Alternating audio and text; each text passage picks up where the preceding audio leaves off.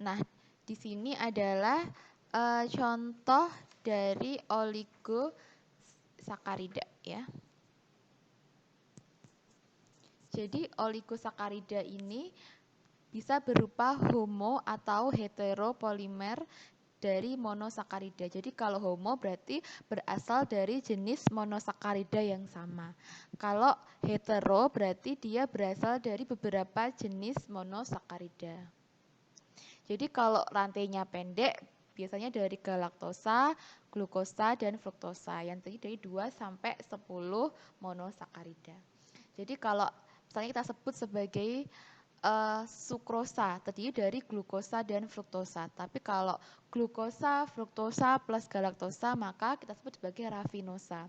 Kalau terdiri dari fruktosa, glukosa, galaktosa dan galaktosa 2 molekul kita sebut sebagai stasiosa. Kalau ada galaktosa plus glukosa kita sebut dengan melibiosa. Kalau ada galaktosa 2 molekul kita sebut sebagai galaktobiosa. Tapi kalau ada 1 mol glukosa plus 2 mol galaktosa maka kita sebut sebagai maninotriosa. Itu contoh-contoh penamaan dari oligosakarida. Nah,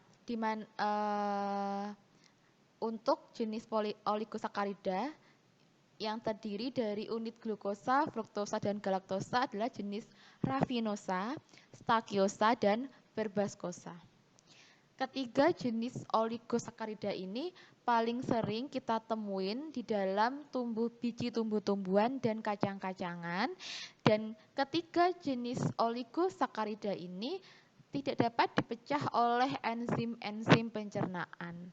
Sehingga kalau masuk ke usus besar nanti akan mengalami fermentasi. Kenapa? Ya karena di usus halus belum dicerna, masuk ke usus besar difermentasi oleh bakteri baik yang kita sebut sebagai bakteri asam laktat, yaitu merupakan bakteri atau flora normal yang ada di usus besar kita, sehingga jenis oligosakarida ini biasanya bermanfaat untuk kesehatan ya. Jadi ketika difermentasi oleh bakteri baik, yaitu bakteri asam laktat tadi, maka akan menghasilkan yang kita sebut sebagai SCFA atau short chain fatty acid yang bisa bermanfaat untuk tubuh untuk meningkatkan sistem imunitas. Yang keempat adalah yang kita sebut sebagai polisakarida, merupakan jenis karbohidrat yang terdiri atas beberapa unit monosakarida yang juga terikat dengan ikatan glikosidik. Nah, polisakarida ini bahkan bisa tersusun dari lebih dari 3.000 unit gula sederhana. Berbentuknya rantai panjang, bisa bentuknya lurus atau bercabang. Secara nomenklaturnya dibagi menjadi 2 jenis, yaitu homopolisakarida dan heteropolisakarida. Yang polisakarida ini biasanya yang kita temui sebagai cadangan makanan pada hewan dan tumbuhan, yaitu bentuknya pati dan glikogen, yang juga membentuk struktur molekul yang kita sebut sebagai kitin dan selulosa. Jadi selulosa ini juga biasanya ada pada tumbuh-tumbuhan, pada kayu ya. Tapi untungnya kita tidak punya enzim memecah selulosa. Jadi kalau kita punya enzim memecah ya kita nanti seperti rakyat bisa makan bangku, bisa makan kayu gitu ya. Kalau kita punya enzimnya, sayangnya manusia tidak punya enzim memecah. Makanya biasanya polisakarida ini yang terutama jenis selulosa atau kitin tidak akan bisa kita cerna atau dimanfaatkan oleh tubuh. Nah, ini beberapa jenis polisakarida yang sering kita temukan. Yang tadi adalah kitin. Kitin biasanya ada pada dinding sel fungi dan pada bagian luar atau eksoskeleton pada tulang luar dari insekta, bentuk tubuh insekta. Kemudian ada lagi dextran, merupakan jenis polisakarida yang ditemukan pada cadangan makanan pada fungi dan bakteri. Kemudian inulin merupakan jenis polisakarida yang berada pada cadangan makanan pada tumbuhan. Inulin ini biasanya ditemukan pada umbi-umbian. Contohnya misalnya di umbi yang sering itu di teratai itu juga mengandung inulin. Kemudian agar Agar itu juga jenis polisakarida. Jadi kalau kalian pernah makan agar-agar, itu isinya adalah polisakarida, ditemukan pada alga dan digunakan untuk membuat biasanya buat agar-agar atau agar plate untuk mikrobiologi ya. Kemudian ada lagi murine, merupakan salah satu jenis polisakarida yang ditemukan dalam sebagai penyusun dinding sel bakteri. Ada lagi lignin. Nah, lignin ini jenis polisakarida yang ada pada dinding sel pada tumbuh-tumbuhan yang kita sebut sebagai xilem. Jadi ada xilem sama phloem. Nah, lignin ini di bagian xilemnya. Nah, sekarang kita bahas jenis polisakarida satu per satu. Yang pertama adalah pati. Pati merupakan senyawa cadangan pada tumbuhan yang terdiri atas unit glukosa. Pati terdiri dari dua komponen homopolisakarida, yaitu amilosa dan amilopektin. Untuk amilosa itu terdiri dari 10-30% dan amilopektin terdiri dari 70-90%. Nah, amilosa itu biasanya memiliki rantainya lurus yang terbentuk dari ikatan glikosidik 1,4. Jadi amilosa ini bisa membentuk struktur helix di mana rata-rata ada 8 molekul glukosa di setiap putaran helixnya. Amilosa ini biasanya sukar larut di dalam air, tetapi dapat membentuk suspensi miselar. Ini contoh dari struktur dari amilosa. Tadi si amilosa ini membentuk struktur helix, jadi ada 8 molekul glukosa di setiap putaran helixnya.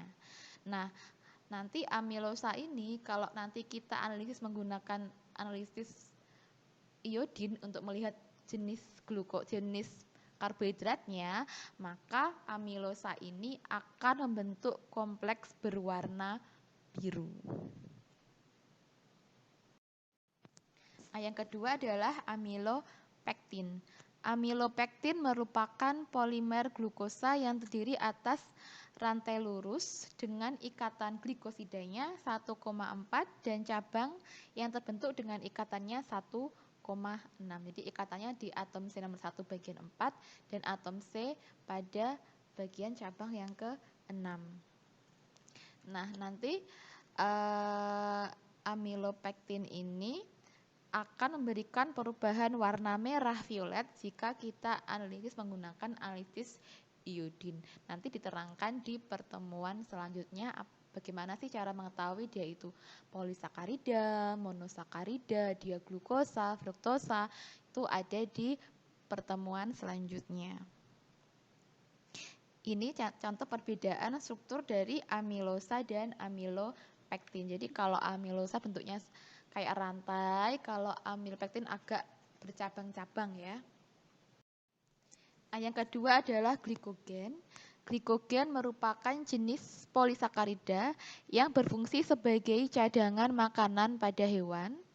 Kemudian komposisi glikogen itu ada 10% di liver, sedangkan pada otot 1-2%.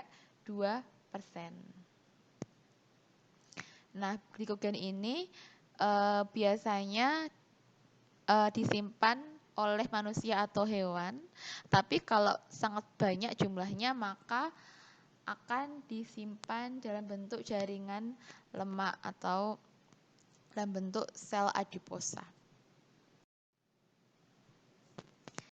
Kemudian glikogen ini juga tersusun dari lebih dari 100.000 unit glukosa. Jadi sangat kompleks sekali ya. Strukturnya bercabang antara 1,4 dan 1,6 glikosidik. Kemudian dia juga tidak larut dalam air, tapi dia bisa larut dalam pelarut nonpolar seperti ether, kloroform, dan heksana. Nah, nanti juga glikogen ini kalau kita tes dengan iodin, dia akan memberikan perubahan warna merah dan violet. Nah, yang ketiga adalah inulin, merupakan merupakan suatu polisakarida fruktosa yang paling banyak pada tumbuh-tumbuhan ya, pada akar dan umbi, yang kita sebut sebagai sumber prebiotik. Prebiotik itu adalah makanan untuk bakteri baik pada tubuh kita yang kita sebut sebagai probiotik. Nah, makan makanan yang tinggi inulin itu pada gandum atau pada roti gandum, kemudian pada bawang, pada Jerusalem artichoke, pada rie, pada daun bawang dan sebagainya. Nah, selain berdasarkan dari 4 jenis monosakarida yang tadi saya terangkan, nah menurut struktur kimianya dan juga nilai gizi dan penggunaannya, jenis karbo itu juga digolongkan menjadi karbo yang dapat dicerna atau digestible karbohidrat dan karbo yang tidak dapat dicerna atau non-digestible karbohidrat. Nah, karbo yang dapat dicerna ini merupakan jenis karbohidrat yang dapat dipecah oleh namanya enzim alfa amilase yang ada di dalam sistem pencernaan manusia dan menghasilkan energi. Nah, jenis karbohidrat yang masuk dalam golongan yang dapat dicerna adalah monosakarida, seperti glukosa dan fruktosa, disakarida yaitu sukrosa, laktosa dan maltosa, serta polisakarida yaitu pati dan dekstrin. Nah, karbo yang dapat dicerna ini di dalam tubuh akan dikonversi menjadi monosakarida yang akan diserap oleh tubuh sehingga nanti akan menyediakan energi untuk proses metabolisme. Nah, kalau yang karbo yang tidak tercerna atau non-digestible karbohidrat itu nanti biasanya juga dikelompokkan sebagai dietary fiber atau serat makanan. Nah, karbo jenis ini tidak bisa dipecah oleh enzim alfa amilase yang ada dalam tubuh manusia. Nah, beberapa jenis karbo yang termasuk di dalam kelompok yang tidak dapat dicerna adalah selulosa, hemiselulosa, kemudian lignin ya. Nah, nanti hubungan adanya klasifikasi karbo ini akan mempengaruhi pada proses metode analisis karbohidrat.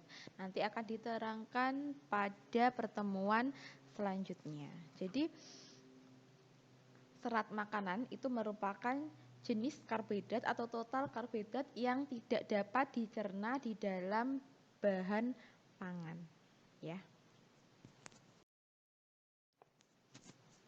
Nah, sekarang kita masuk pada sifat-sifat pada karbohidrat. Jadi, pada umumnya, jenis atau semua jenis karbo itu sukar larut atau tidak bisa larut pada pelarut nonpolar, yaitu eter, kloroform, dan benzen. Dan pada umumnya, dia larut di air yang bentuk ikatan hidrogen, karena namanya kan polihidroksi ya. Nah, yang kedua, yang kita sebut dengan namanya gelatinisasi. Jadi, apabila pati kita masukkan ke dalam air dingin, nanti granula yang ada di pati tadi akan membengkak dan menyerap air. Pada suhu berapa?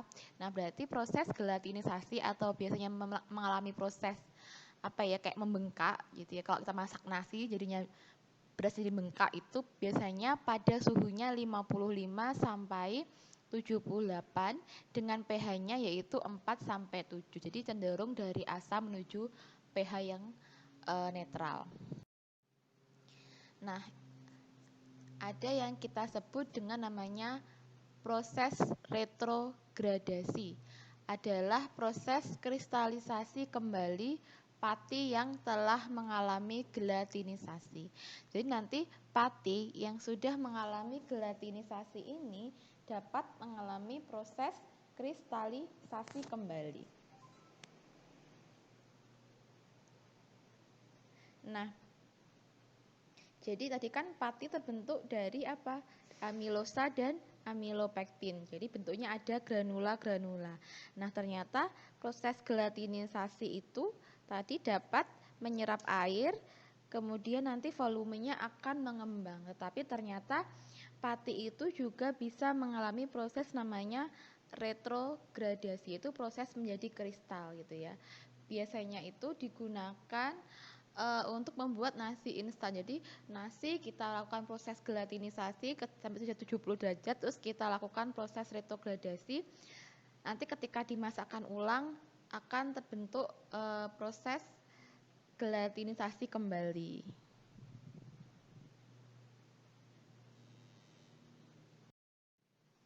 Yang keempat adalah sineresis.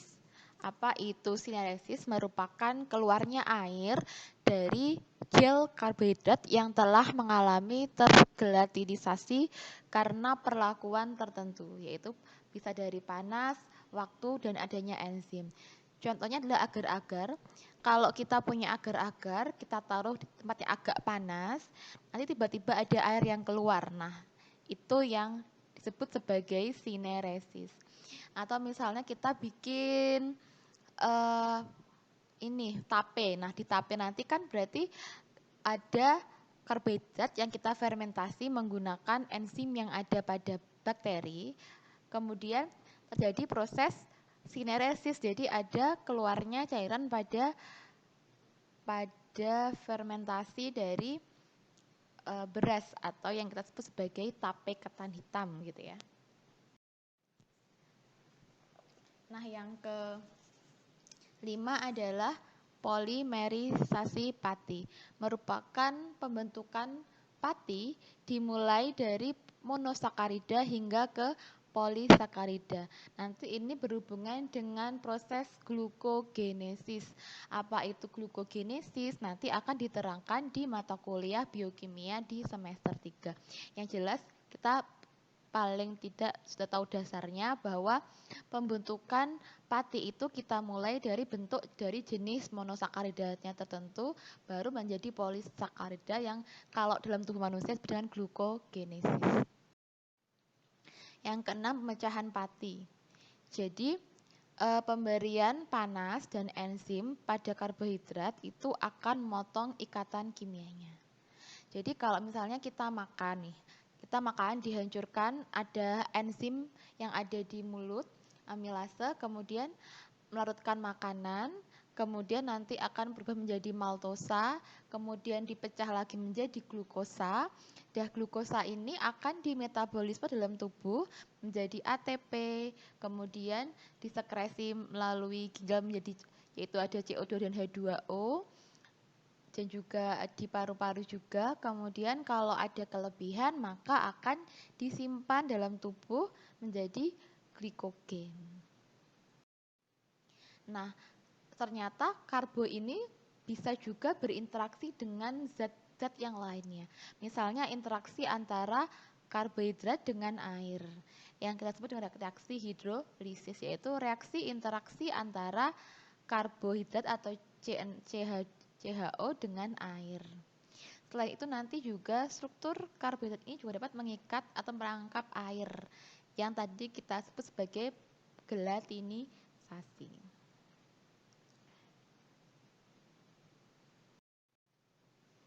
Kemudian ada lagi reaksi antara karbohidrat dengan protein. Jadi adalah reaksi antara protein dengan gula prereduksi. Jadi reaksi antara protein bila ketemu dengan gula-gula prereduksi ini akan menyebabkan menurunnya nilai gizi pada protein.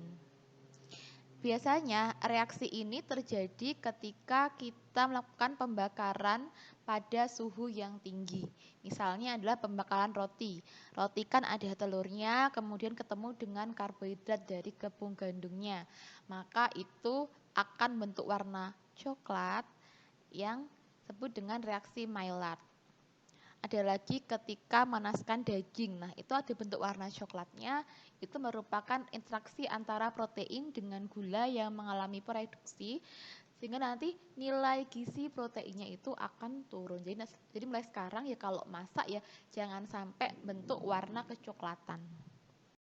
Nah, ini yang akan sekarang berkaitan dengan senyawa iodin ya. Nanti akan berhubungan di materi pada minggu selanjutnya tentang analisis karbohidrat. Jadi, karbo ini yang bentuknya polisakarida itu akan bentuk kompleks adsorpsi berwarna spesifik bila kita tambahkan yodium.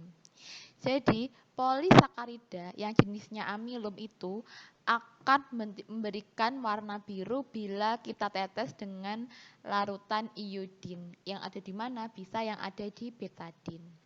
Kemudian, jenis polisakarida yang mengandung dextrin ini tidak akan bentuk kompleks warna biru, tapi warnanya jadi merah. Merahnya merah anggur. Kalau mengandung glikogen dan pati, maka dia akan mengalami hidrolisis secara parsial sehingga membentuk warna merah kecoklatan. Nah, sekian untuk materi pada pagi hari ini. Sampai jumpa di pertemuan berikutnya. Apabila ada pertanyaan, bisa bertanya lewat forum atau lewat WA. Sampai jumpa di perkuliahan pada minggu berikutnya. Assalamualaikum warahmatullahi wabarakatuh. Selamat pagi, selamat belajar.